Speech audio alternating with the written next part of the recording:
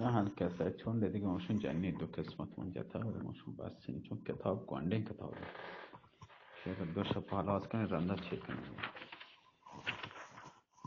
دو ساعت چون دو ساعت یک کن هو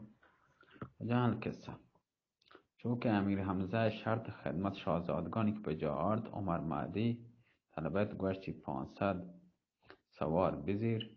همراه شاهزادگان برو اشان در مدین رسان تپد زود بیا لیکن جای شراب مور پس عمر مهدی گفت 500 سوار همراه شاهزادگان روانه بید شاهزادگانی با خوشی تمام چه امیر رخصت گرفت و روانه بیدند روز دوم نزدیک مدین رستند چون که شاه اشکت عمر مهدی قرب شاهزادگان معارگ آنی استقبال کد و چه شهر مدین در نات کن و گو چوکان وتی ملاقات کو اشام پادا شاه کپتن چوکتن و شاه بوسه دادن عمر مهدی هم و پای شاه کپت و شاه عمر مهدی و جا خلعتی خاصی پوشان در بارگاه آوردی به تخته نشت و عمر مهدی گوشت که به کرسی امیر حمزه بنند یل آدیان کرسی امیر حمزه بوسه داد به کرسی وتی نشت پس تمام وارتی و پادت شراب آورد امیر چون که عمر مهدی من کتگه ورچی شراب مور شاه گوشت ای عمرو شراب بور عمر مهدی کربه گوه ای پهلوان جهان من کتش شاه گوشت چون که در مجلس ما اتکه شراب بور و ادبا بدار عمر مهدی شراب وارد و ادبی نگاه داشت تا آکه مست بید چون خواجه بزرگمهر عمر مهدی دید که مست بیته به شاه عرض کو که عمر مهدی مرخص بکن شاه گوشت باز شرم پس پادشاه عمر مهدی بکشی خلعتی داد و 3000 سکه زر بایه انعامی داد و اجازه مرخصی داد عمر مهدی روانه بید چون چند قدم رفت و به شاه گوشت که استدعا دارم که منو یا امرنامه بلک چند جام پیاله شرابم به بنده عنایت بکن نوشیروان 7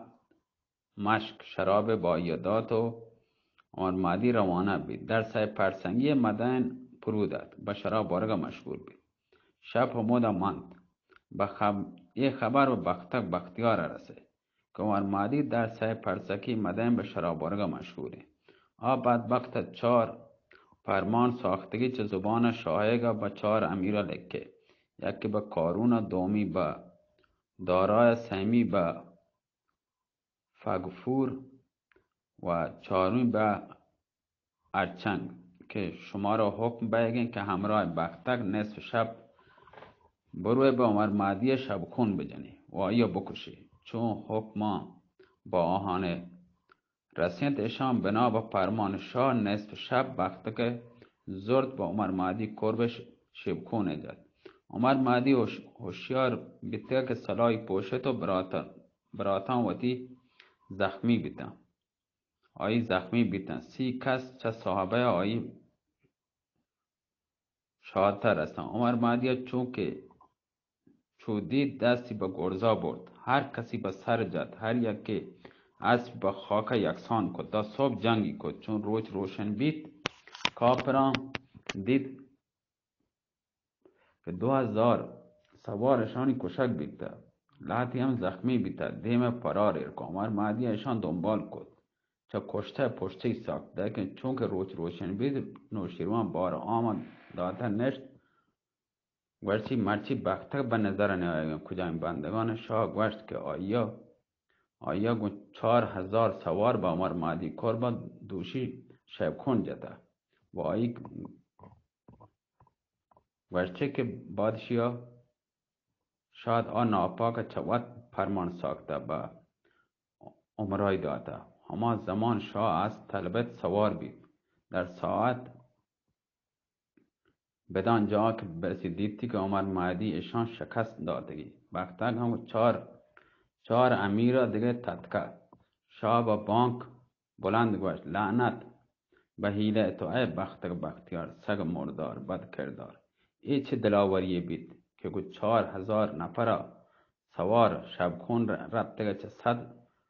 سوار شکست وارتا مرگ تی چه زندگی به تو بهتره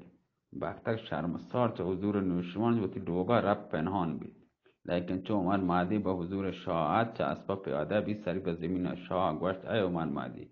به عظمت لات بزرگ مناد یک کم مکی هم من خبر نویته یا بدبخت به طرف وقت اتکه به جانب خواجه بزرگ مر اشاره کد شما تسلی دل عمر مادی بکنی خواجه گوی ای عمر شاه راست وشی بر رب کعبه معظم بختک ناپاک مردار خواری چه وقت فرمانی ارد کده به 4 امیران رسینتی به شام به سوی تو کن اور مادی گوی ای خواجه به دانش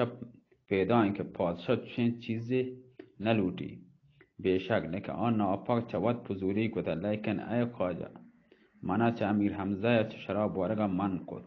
چون شاه منا شراب وارن چه من یک خطا بید چون مخمور گشتم و پدا مشکن طلب کو دو سه پرسکی مدن به ورگه مشغول بیتم به خدا و به حق ارواح خواجه روح خواجه یعنی بخت جمال یک نامه به امیر حمزه بنویس که عمر مهدی شراب نوارده شاه به زور با یو وارنده وگرنه من اذیت کن خواجه حمودا جا سوار کلم دواد طلبت نامه به امیر لکتی که ای فرزند عزیز بهتر چه جان بزان آگاه به که عمر مهدی شراب نوارده پادشاه آیی مجبور کده بختر ناپاک دگلباز چه سر تا پاد حیله ساز مکر و دگلباز عمر مهدی شبخون جده فرزند عمر مهدی که هیچ ملامتی مکن و عفی بفرمای پرچه که فرزند ها هنچو چند روز همودا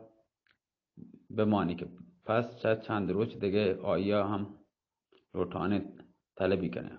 خاطر وطیگا جمع بدار چون نامه تمام بید به عمر مهدی داد وای ودایی که عمر مهدی روان بید روز دوم نزد امیر رسید پس چه ملاقات امیر گوشت ای شکم گنده من زانتم که تو بد مستی کنه عمر مهدی نامه خواجه به دست پهلوان داد چو امیر نامه وان سکوتی کو پس عمر مهدی تمام کیفیت عرضی داشت که امیر حمزه چه ولوله عشق مهرنگار قرار نیست لورتی که بالاخره